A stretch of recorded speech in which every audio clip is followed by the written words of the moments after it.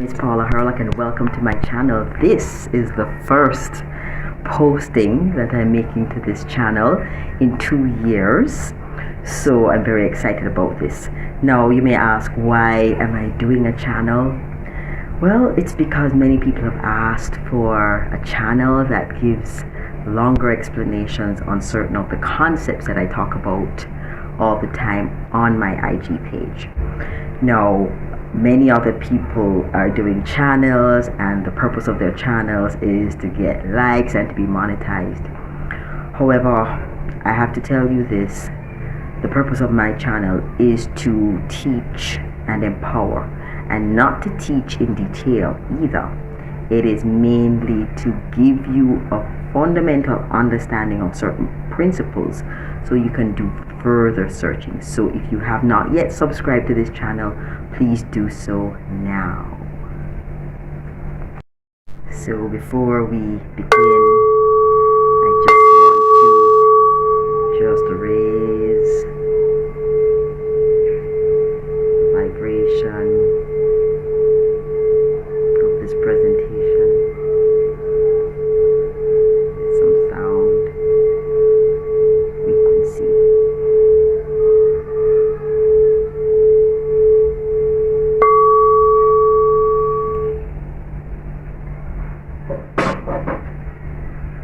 So today's topic is about solar flare activity and sunspot activity and its impact on us here on Earth, and why it's relevant at this time. So many of you who have been following my pages have seen me reference on many occasions, especially since the beginning of this year, solar flare activities. And what is a solar flare? A solar flare essentially is when there is an eruption on the surface of the sun. Now the sun is millions of miles away from the Earth, and so it takes about 3 days for the vibration of that impact, or of that eruption, to impact the Earth. So once we see a solar flare on the sun, we know it takes about 3 days before that vibration hits the magnetosphere of the Earth. What is the magnetosphere? It's basically one of the layers protecting the Earth, and it's basically based on the Earth's magnetism. Now when it hits the Earth's magnetosphere, it's distorted. In other words, the magnetic poles kind of shift and there's a little distortion. And we are seeing more and more where there's actually seismic activity. So after every solar flare, we see an uptick in seismic activity, and this is very important. Now if you go and Google connection between solar flares and seismic activity, you're going to see numerous research papers saying there is no correlation, or there's a lot of research into it. But there's this guy on YouTube called Dutch Sense, and I've been following him for about 10 years, and he's been showing repeatedly and with almost 90% success that whenever there's solar flares, there's an uptick in seismic activity all over the planet.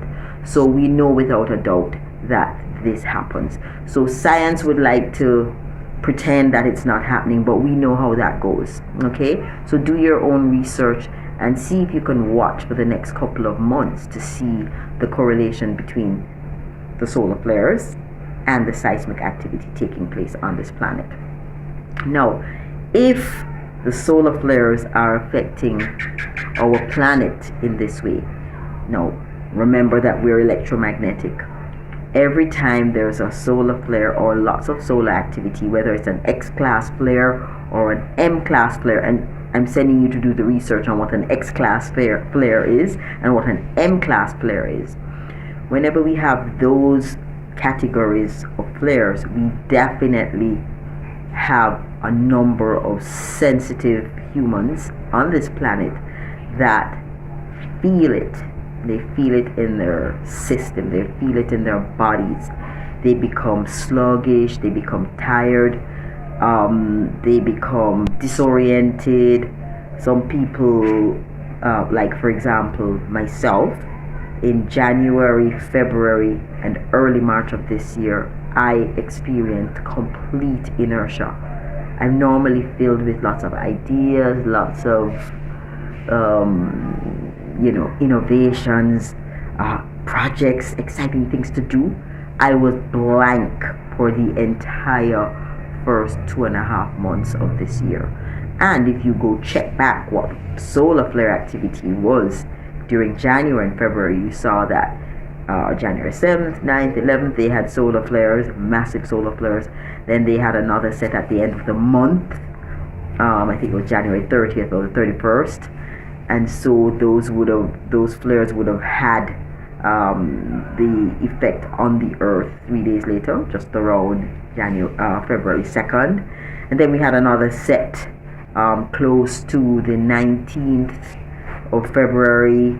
Of course, that would have started to affect planet Earth or peak on about February 22nd. Now, the reason why I remember those dates is because sometime last year, November to be exact, I was also going through a bit of inertia. Luckily, I have the luxury of going through inertia. And I now recognize that whenever I'm going through inertia, it's because there is some kind of alignment in the cosmos that I'm picking up on, and codes are being downloaded. But I'm not one of those people who get dramatic downloads and I hear things and so on. I just feel lethargic for a while, and then I get a nudge to do something. And so in November, I decided to start doing crystal grid activations, but I decided to do them on the portal days. Now, our calendar, the Gregorian calendar, they say is a modern calendar and it has nothing to do with Earth's, the cosmology. But what I'm finding is that all the portal dates since November have been associated with spikes in solar flare activity. So in other words, 2 or 3 days before those portal days, we're having a solar flare, and then by the portal day we see spikes in the solar winds hitting the planet. I found that very interesting, and I also found very interesting the fact that I've read 3 articles and seen 3 different persons speaking about the fact that right now at this particular juncture in time, the sun is more important to us as humanity than even the moon. Now, people have been doing a lot of moon stuff, new moon rituals, celebrating the new moon, acknowledging the new moon, and that's always been from the beginning of time because of the planting cycles, the farmers' almanacs. But what we're now seeing is that we need to be more aligned with the solar cycles and the solar activity, especially persons with melanin. Okay, we're the sun people, so we need to be very attuned to what is happening on the sun's surface. There is,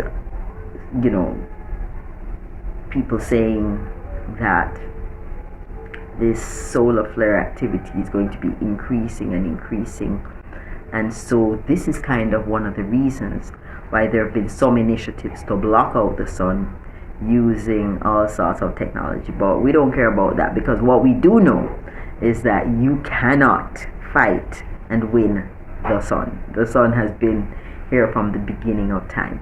So it is just important, and the purpose of this talk is to really just bring to you the importance of acknowledging the solar activity that's taking place and correlating it to how you are feeling, right? Some people with solar activity, they get an influx of energy, because technically, we are always talking about love and light, Well, the light that we're talking about, that we associate with love, is coming from the sun, right? Indigenous groups, ancient groups from the beginning of time have been dealing with the sun, talking about the sun, integrating the sun into their day-to-day. Now, we've dismissed it because, we're modern, but now we're recognizing that our central nervous system is being affected by the activity of the sun. And so we need to pay attention to that.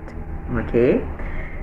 We need to watch the solar weather a little bit more and watch how the solar weather is impacting our mood, our behavior, because remember, it's current, it's electrical charges coming in, hitting the planet, charging the ionosphere with charged particles, and by extension the Earth's surface is also charged.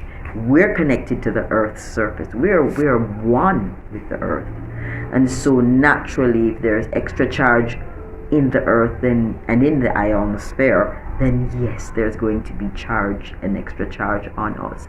It's going to affect our sleep.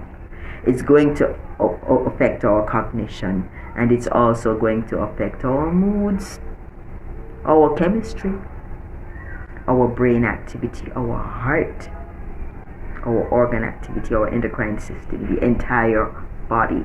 It's very subtle, so we may not pick it up, but start to pay attention to it. I also always post when there's an uptick in seismic activity. Pay attention to that, because there have been predictions that there is going to be, massive seismic activity of the proportion that can alter the coastlines. They've had that prediction for perhaps 80, 90 years, and it has not happened. But I firmly believe that the uptick in solar activity that's taking place now perhaps can create that kind of massive seismic event. So we just need to pay attention, because there is enough time, warning wise, for you to shift your location. So just pay attention, keep your eyes open, keep watching certain channels where there are many perceptive people on this planet that are feeling everything. They can sense. There are a lot of people that are dreaming, and so we need to pay attention to them and not just dismiss them and say, oh, they're charlatans, or we don't believe them. Just pay attention, learn about what's going on your planet and in your universe, because you are part of that universe, and it is important. And that's it for me today. Just keep on studying, keep on searching, and know that the more you are interested in certain topics, is the more those topics will come to you, because you are magnetic. And the more work you do on the inner man, is the more you will magnetize the information that you need in this moment to survive these interesting times. That's it from me, signing out. Another huge thing about solar activity is that what it's actually doing, it's activating humans. I know a lot of people who watch my videos and other videos of this nature are always hearing about activation of the DNA, epigenetics, ascension symptoms, awakening, all of those things. Well, it is solar activity and the sun that triggers all of what I just mentioned above. So we hear about ascension being raising of humanity's vibration, such that we are able to move into a closer reflection of our God self, the I am, our true self, right? So ascension involves that, And ascension takes place primarily as a result of extra light hitting the earth. Now, we've just completed spring equinox on the 20th of March. And one of the beautiful things about the spring equinox is that our sun is also aligned with the Pleiades, which they consider the central sun, and Sirius, which they consider the great central sun. And so all those stellar radiation are hitting the planet in addition to the radiation from our sun.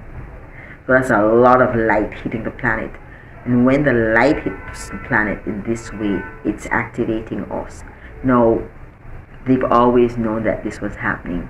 The Mayans, the Incas, the Egyptians, or what they will refer to as the people of Kemet, and many ancient civilizations knew of this that is happening now. And so many people are not surprised. So ascension is taking place as a result of this extra light coming in from our sun and the other suns and the other stars systems. Okay? Now, when this happens, then we start to get ascension symptoms. Many people talk about it all the time. They're talking about the dizziness, the feeling out of sorts, insomnia. Some people have insomnia. Some people suffer from severe headaches, migraine headaches, head pressure, crown pressure. I typically have crown pressure. Some people have pressure in the third eye. Some people have pressure along the temples. Some people have indigestion. Some people have nausea and vomiting. Some people have vertigo. So many people have different symptoms. Some people feel energized and energetic and filled with life, and they can't sleep because they're running so much energy. So it happens, many different things happen to different people. What we do know is that they are called ascension symptoms in some circles. And what do you do when you have ascension symptoms? First of all, know that they will pass. Second of all, what you need to do is nourish your body with the right things, electric foods, lots of water. So hydrate, because what's happening is that you're running a lot of current, extra energy coming in, and so you need to make sure that you drink water so you're a better conductor. You also need to nourish yourself with foods that will alkaline your body. Electric food, so lots of green food, lots of chlorophyll rich foods, lots of fruits, lots of vegetables, and make sure that you're getting enough sleep, because your body needs the sleep to be able to integrate all of these light codes. Okay? Also, interestingly, even though a lot of light is coming in, we still think people should go out and spend a little time in the sun if you have it. Let the sun also get into your eyes. It's a very interesting. I saw someone talking about the fact that she had a client that was not losing weight and she couldn't figure out what was happening. And I don't know what happened, but she found out that the client had in contacts and was not getting enough sun in. And the minute that person took out their contacts and committed to getting some sun rays in through her eyes, it activated her pineal gland, and the entire endocrine system was activated and started to balance out. So simple things like just getting the sun is very, very important. So solar activity also results in ascension symptoms, and you can quell those ascension symptoms by proper diet, proper sleep, some exercise, and adequate hydration.